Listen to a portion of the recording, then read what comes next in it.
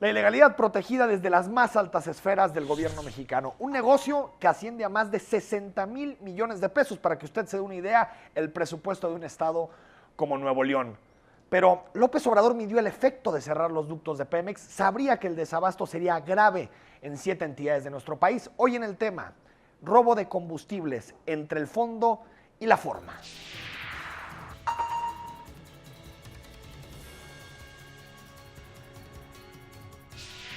El robo de combustibles no empezó ayer, tiene, según reportes, desde mediados de los 90, que es un problema grave en nuestro país. Sin embargo, los primeros puntos alarmantes, los primeros puntos rojos, fueron localizados en el sexenio de Vicente Fox. Por ahí del 2002-2003 empezaron los primeros señalamientos de que el robo de combustibles ya era muy importante en términos de la contabilidad de petróleos mexicanos. Sin embargo, el sexenio de Enrique Peña Nieto es un antes y un después en la materia. De 2013 a 2018, ojo, el delito creció 790%, es decir, se multiplicó por 8 con relación a lo que sucedía en el sexenio de Felipe Calderón.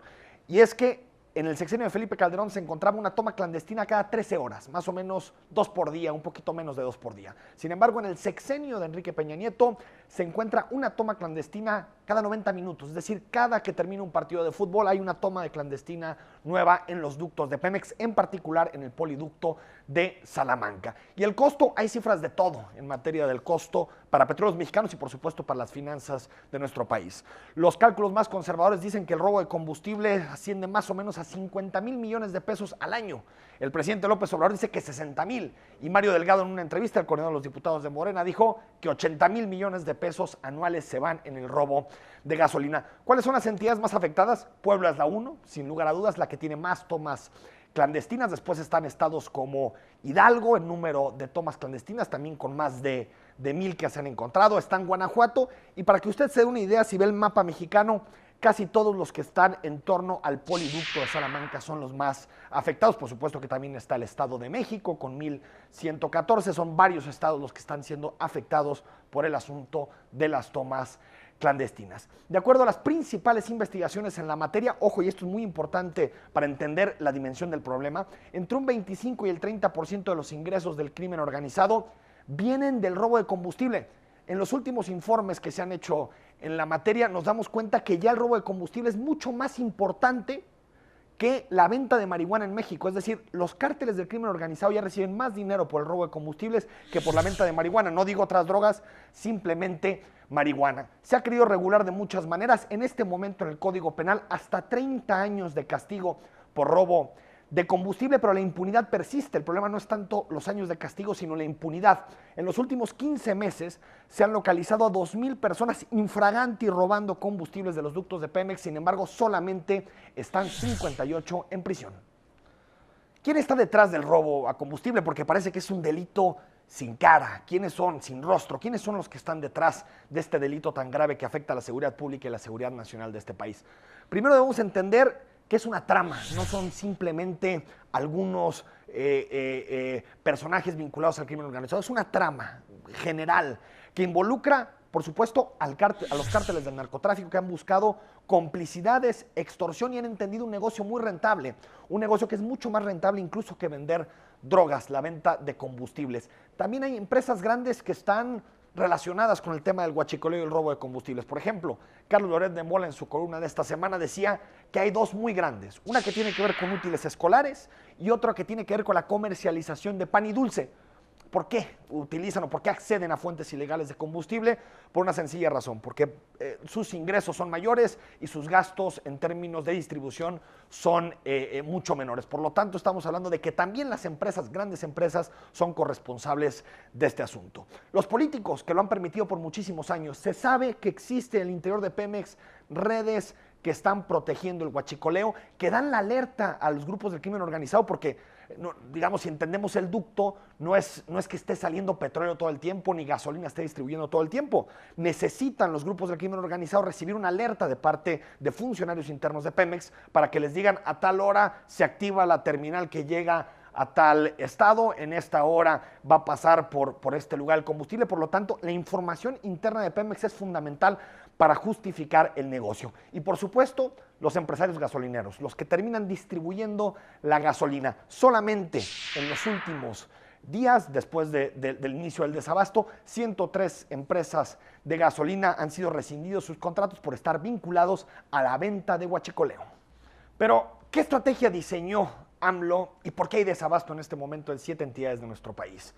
El gobierno de López Obrador decidió aprovechar la primera semana del año, donde se supone que hay menos congestionamiento, menos demanda por gasolina, para cerrar las 17 terminales que salen de la refinería de Salamanca. Si usted ve una especie como de llave, esa llave tiene 17 ductos que van a centrales, a terminales en donde se almacena la gasolina. Después ahí llegan pipas a recibir esa gasolina y la transportan a los distintos centros y a las estaciones en donde los usuarios y en donde el sector productivo recarga gasolina. Pero estos ductos sobre todo lo que hacen es estrangular, al momento de cortarlo, estrangular al centro occidente y bajío del país, porque un 20% de la distribución de combustible de todo el país se necesita en la zona centro-occidente y en el Bajío, y todo depende precisamente de abrir el ducto de la refinería de Salamanca y por lo tanto del poliducto. ¿Por qué tomó la decisión, de acuerdo a la información oficial López Obrador, de cerrar primero este ducto y no otro tipo de sistemas de transportación? Porque había informes de inteligencia, así lo ha dicho en su momento el director de Pemex y la secretaria de Energía, que las principales ordeñas surgían precisamente en este espacio geográfico del país, porque aquí es donde se mueve el cártel Jalisco Nueva Generación, y por lo tanto lo que querían hacer era reparar los ductos desde donde se ordeña la gasolina y comenzar las investigaciones internas para saber quién le estaba dando esa información a los grupos del crimen organizado. El problema son varios. El problema es que no se previó que en estas terminales que decíamos, estos 17 terminales a donde llegan los ductos, estuvieran pues armados con las reservas necesarias, suficientes para poder responder a la demanda de ciudades como León, como Guadalajara, como Morelia o como otras que dependen casi exclusivamente de lo que llegue en términos de combustible, precisamente de los ductos de Salamanca. Y se cambió esta forma de operación a través del ducto por pipas que sobre todo en el caso de Guadalajara vienen de Manzanillo y de los puertos, o también otras formas de transporte que lo hacen más lentas, son más caras, y por eso estamos experimentando desabasto en 7 entidades del país, y particularmente grave en algunas ciudades como León, Guadalajara y Morelia. La estrategia ha tenido mucha controversia, polémica, porque vemos las fotografías en todo el país de decenas de automóviles que están en las centrales, en las estaciones de gasolina, que quieren cargar gasolina, que se acaba, se hacen larguísimas, pues también se generan en torno a las gasolineras muchísimo embotellamiento, congestión de vehículos, y también entre redes sociales y distintas formas de comunicación también ha habido una especie como de ansiedad por la incertidumbre de no saber cuándo se va a restablecer al 100% el suministro de gasolina, pero también pánico, sobre todo porque digamos, el punto fundamental de esta crisis, el momento más álgido, fue precisamente un día antes de que 25 millones de niños volvieran a las aulas en nuestro país.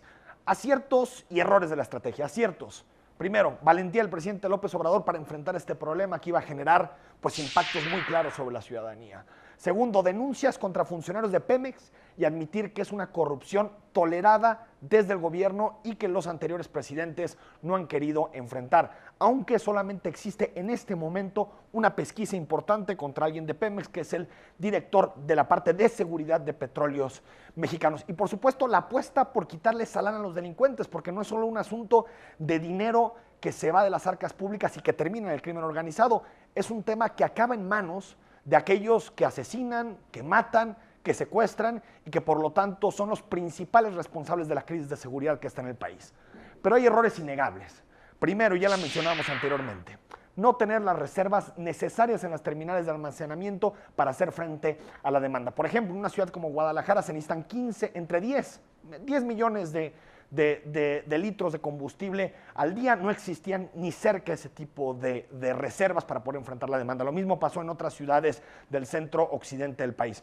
Una pésima comunicación con la ciudadanía. Tan es así que los comunicados de Petróleos Mexicanos parecían pues más propaganda y adular al gobierno en turno que realmente dar información que significara algo para calmar la vida cotidiana de los ciudadanos. Nulo contacto con los gobiernos locales. no hubo información con los gobiernos municipales y estatales, que son los primeros, pues digamos, responsables de darle la cara a los ciudadanos en las entidades federativas. E incertidumbre sobre el futuro. Lo que es increíble es que estamos a esta fecha, una semana de que inició el desabasto, y todavía no tenemos ni una fecha estimada para que se abra el ducto que viene de la refinería de Salamanca y por lo tanto se normalice al 100% la provisión de gasolina.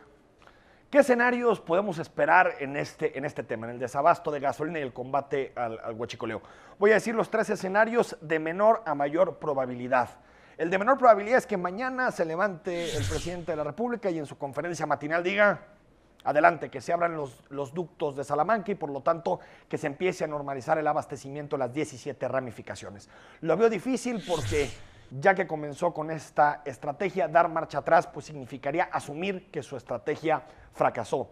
2, el gobierno decide abrir algunos ductos, ya lo intentó con el de León, sin embargo lo tuvo que cerrar 3 horas después porque era un queso gruyère ese ducto y prácticamente se iba la gasolina por todos lados. Y el que me parece que es más cierto o más probable en las próximas semanas es que el gobierno mantenga los ductos cerrados y busque normalizar el abasto de combustible a través de pipas, lo que está haciendo. Sin embargo, si bien teníamos una crisis de desabasto hacia las centrales, hacia las terminales, ahora tenemos una crisis de sacar las pipas o sacar el combustible a través de pipas de las terminales. Es decir, si pudiéramos pensar en cuál de los escenarios es el más probable, es este tercero, que siga, sobre todo para la región centro-occidente y bajío del país, se siga abasteciendo a través de pipas.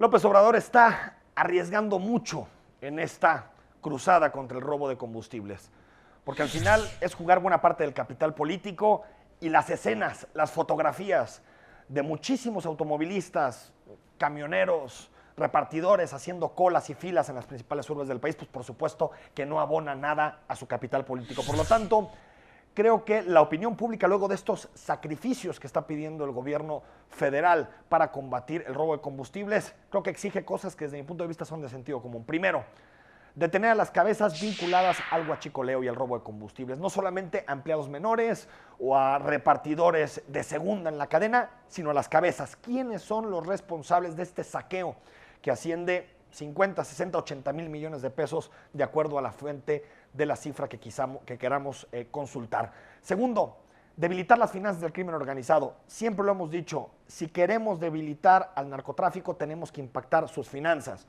Por eso se discute lo de legalizar con el asunto de las drogas, por eso se discute lo del blanqueo de dinero. Esta es una forma de pegarle a las finanzas, pero tenemos que saber exactamente cómo se les pegó, a través de qué mecanismos y cómo podemos medir si el golpe fue certero. Tercero, purgar en Pemex, la infiltración y la complicidad. Pemex no puede ser la empresa que da toda la información para que el país sea saqueado y para que una buena parte de sus recursos relacionados con el petróleo terminen en manos del crimen organizado. Y por último, volver a que los ductos sean seguros, que abastezcan el centro occidente del país. La solución de las pipas no puede ser una solución, digamos, permanente, no puede ser una solución que se quede ahí, tiene que ser una solución provisional mientras se reparan los ductos y se normaliza la distribución de combustible. El presidente López Obrador está arriesgando muchísimo en esta primera movida de ajedrez. Felipe Calderón utilizó la guerra contra el crimen organizado al principio de su sexenio para buscar legitimarse y ganar crédito político. Peña Nieto lo hizo a través de la detención del Bester Gordillo y las reformas estructurales. Ya vimos cómo terminaron tanto Felipe Calderón como Enrique Peña Nieto. Se juega su primer año López Obrador y la forma en que ejecuta este programa tendrá mucho que ver con el éxito o el fracaso del que estemos narrando en un futuro.